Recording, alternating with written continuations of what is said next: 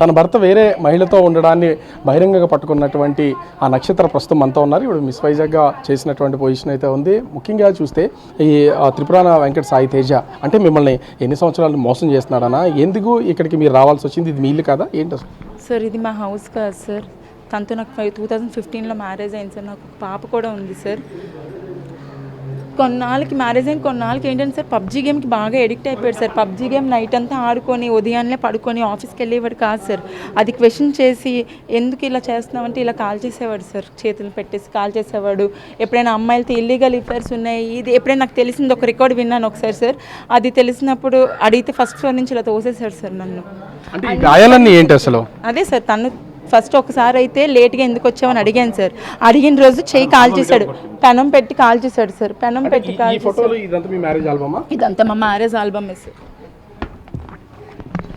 అంటే ఇందులో పెళ్లి నాటి కానీ ఇతర ఆల్బమ్లు కానీ చూస్తున్నాం కదా, వీటిలో ఇంత అన్యోన్యత ఉన్నటువంటి అవును సార్, అంటే మోసం చేయాల్సిన అంటే ఎందుకు బాగా అంటే సెక్షువల్ పిచ్చోడు సార్. చాలా అంటే చాలా ఉమనైజర్ సార్. ఇంత అంతా ఉమనైజర్ కాదు తను. ఎలా అంటే ఇంకా రోజుకు ఒక వర్జిన్ కావాలని నాతో చెప్పేవాడు సార్. నాకు ఈ అమ్మాయితో పరిచయం ఉంది, నేను ఆ అమ్మాయితో అక్కడ పడుకున్నాను ఇక్కడ పడుకున్నాను, నాకు అంటే ఇంకా రోజుకు ఒక వర్జిన్ కావాలి. ఆ అమ్మాయి మీది ప్రేమ వివాహమే కదా, మీకేం తెలియలేదా ఇట్లా తన వ్యక్తి ఎలా ఉంటాడు? ఏం తెలియదు సార్. నా పాపకు మొన్న సీరియస్ అని మెడికవర్లో ఫోన్ చేసిన రోజు కూడా రాలేదు సార్. ఐసీయూలో పాప త్వరగా రా అన్న రాలేదు సార్. అవన్నీ పక్కన పెడితే కొన్నాళ్ళుగా నేను ఎక్కడున్నాడు ఏంటి, ఎందుకు ఆఫీస్లో సస్పెండ్ అయ్యాడని నాకు తెలిసింది సార్. ఆఫీస్లో సస్పెండ్ అవ్వడం ఏంటి, ఆఫీస్కి వెళ్ళట్లేదని తెలిసింది సార్. ఆఫీస్కి ఎందుకు వెళ్ళట్లేదని నేను కనుక్కున్న రోజు ఈ అమ్మాయిని పెళ్లి చేసుకొని ఈ 40,000 రెంట్ అపార్ట్మెంట్లో ఎలా ఉంటున్నాడు నాకు అర్థం అవ్వట్లేదు సార్. ఆఫీస్కి వెళ్ళక ఏమీ చేయక ఉదయం అంతా పడుకుని ఉంటాడంట సార్. మాకు వాచ్మ్యాన్ వాళ్ళు ఇచ్చిన సమాచారం ప్రకారం వాళ్ళు ఉదయాన్నంతే పడుకుని ఉంటారు, తెల్లారు లేచి ఉంటారు, రాత్రి లేచి తెల్లారు లేచి ఉంటారు, మళ్ళీ ఉదయాన్నే పడుకుంటారు, మళ్ళీ ఈవినింగ్ 7కి 8కు బయటకు వెళ్తారు. ఇదే నాకు తెలుసు సార్. ఇంకా ఈ చూస్తున్నా ఎప్పుడైతే మ్యారేజ్ అయిపోయిందని నేను కన్ఫర్మ్ చేసుకున్నాను సార్, ఆ రోజు ఇంకా బయటకు వచ్చేయాలని నేను ఫిక్స్ అయ్యాను సార్. ఈ ఒక్క ఆమెన పెళ్లి చేసుకున్నారా లేకపోతే ఇంకా వేరే ఎవరితోనైనా పెళ్లి చేసుకుని ఉండొచ్చా? మీకు ఏమైనా డౌట్స్ ఉన్నాయా? ఇల్లీగల్ అఫైర్స్ అయితే కుప్పలు ఉన్నాయి సార్. దాని ప్రతి ఒక్క ఎవిడెన్స్ నా దగ్గర ఉంది సార్. అడిగినందుకు నన్ను రాచి రంపాలు పెట్టి కొట్టి చంపేసేవాడు సార్. ఇప్పుడు నేను రెడ్ హ్యాండెడ్గా వెళ్ళి పట్టుకున్నప్పుడు వాళ్ళిద్దరు కలిసి పడుకుని ఉన్నారు సార్. ఇల్లీగల్ అఫైర్స్ ఉన్నాయని చెప్పినట్టు మీరు ఎందుకు మరి ఇంతకాలం వెయిట్ చేస్తూ వచ్చారు? ఇంతకాలం సార్ ఇప్పుడు ఇలాంటి ప్రూఫ్ ఉంది కాబట్టే కదా సార్ మీడియా కూడా నాకు సపోర్ట్ చేయడానికి వచ్చింది. ఇప్పుడు నేను ఊరికే నా మాటతోని ఏ కోర్టులో చెప్పినా పోలీస్ స్టేషన్లో చెప్పినా సరే ఎవరైనా ఒప్పుకుంటారా సార్? ఎవరైనా పోనీ ఓకే అది రైట్ అని ఒప్పుకుంటారా? ఎవరికైనా కావాల్సిన ప్రూఫే సార్. నేను రెడ్ హ్యాండెడ్గా పట్టుకున్నాను కాబట్టి అతనికి సంబంధించి మీకు ఒకటే చెప్తున్నాడు, ఏ విధమైనటువంటి ఇబ్బంది లేదు, నాకు ఇది రోజు మామూలే, వాళ్ళు కేవలం నా మీద అలిగేషన్ చేస్తున్నారు, నేను అసలు ఎలాంటి తప్పు చేయలేదని చెప్తున్నాను సార్. మీకు ఒక్క విషయం చెప్తాను, ఏ ఆడపిల్ల ఒక పాప ఉండి ఫ్యామిలీని ఇలా రోడ్డు మీద బజార్లో పెట్టుకుని, నేను ఒక వెల్ రెప్యూటెడ్ ఫ్యామిలీ నుంచి వచ్చాను సార్.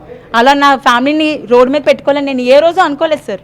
ఎందుకు సార్ నేను అనుకుంటాను, నాకు పరువు ఉంటుంది కదా సార్. అంటే ఆస్తులు కట్న కానుకలు ఇవి ఇచ్చి తర్వాత ఇవి డిమాండ్ చేయడం కానీ మిమ్మల్ని హెరాస్ చేయడానికి ఇది ఏమైనా మేజర్ రీజన్ ఏమైనా ఉందా? ఎవరు సార్? మీ హస్బెండ్. మేము డౌరీ అయితే ఇచ్చాం సార్. మాకు అది ఇప్పుడు దాని రిటర్న్ కూడా ఇవ్వలేదు. మెయింటెనెన్స్ నన్ను వేయమన్నారు, అది కూడా నేను వేయలేదు. డీవీసీ ఒక డొమెస్టిక్ వైలెన్స్ మాత్రమే వేసాను సార్. నిజంగా తను అంటున్నారు నేను మనీ కోసం మాట్లాడుతున్నాను. సరే నేను మనీ కోసం మాట్లాడితే మెయింటెనెన్స్ వేయాలి కదా. కోర్టులో ఒకసారి వెళ్ళి ఒకసారి చూడండి నా పిటిషన్స్, డీవీసీ తప్ప నేను ఏది వేయలేదు. 3 కోట్ల రూపాయలు డిమాండ్ చేశారని తను చేస్తున్నటువంటి ఆరోపణ చేయమని సార్, ప్రూవ్ చేయమనండి. ఓకే 3 కోట్లు కాదు సార్, 5 కోట్లు చేసిన సరే డీవీసీలో కంపెన్సేషన్ ఎంత కావాలమ్మని అడుగుతారు నన్ను.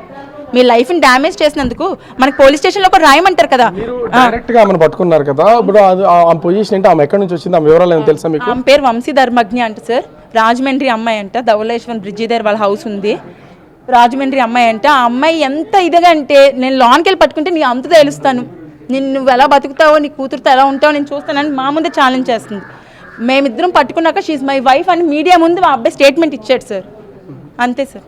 అంటే మీతో ఇప్పుడు 2017లో మీకు మ్యారేజ్ అయింది, 2015లో మ్యారేజ్ అయింది, అప్పటి నుంచి కలిసి ఉన్నా కూడా వేరే వ్యక్తిని వైఫ్ అని ఎట్లా పరిచయం చేస్తున్నాడు? ఇక్కడ ఉన్న వాళ్ళకి మీకేం తెలియదు అసలు? మీకు తెలియదు సార్. నేను ఇక్కడికి వచ్చి ఎప్పుడైతే నేను కనుక్కోవడం మొదలు పెట్టానో అప్పుడు ఈ అబ్బాయి ఒక్కడే ఉంటున్నాడు అనుకున్నాను సార్. ఎప్పుడైతే ఆ అమ్మాయిని వైఫ్ అని ఆ అమ్మాయిని పెళ్లి చేసుకున్నాడు అని ఎప్పుడైతే తెలిసిందో ఇంకా నేను భరించాలనుకోలేదు సార్. ఎందుకంటే సొంత అక్కడే పడుకోవడానికి రమ్మన్నాడు సార్. వాడికి బావి వరుసలు లేవు అసలు. ఈ ఒక్క ఇల్లేనా లేకపోతే ఇలాంటి ప్లేసెస్ ఏమైనా ఉన్నాయని ఏమైనా ఐడెంటిఫై చేశారా మీరు? లేదు సార్, నేను ఇది ఒకటే నాకు తెలిసింది. ఇంతకు ముందు నువ్వు కూడా నాకు తెలియదు ఎక్కడ ఉన్నాడు. For more videos like this, subscribe Big TV channel.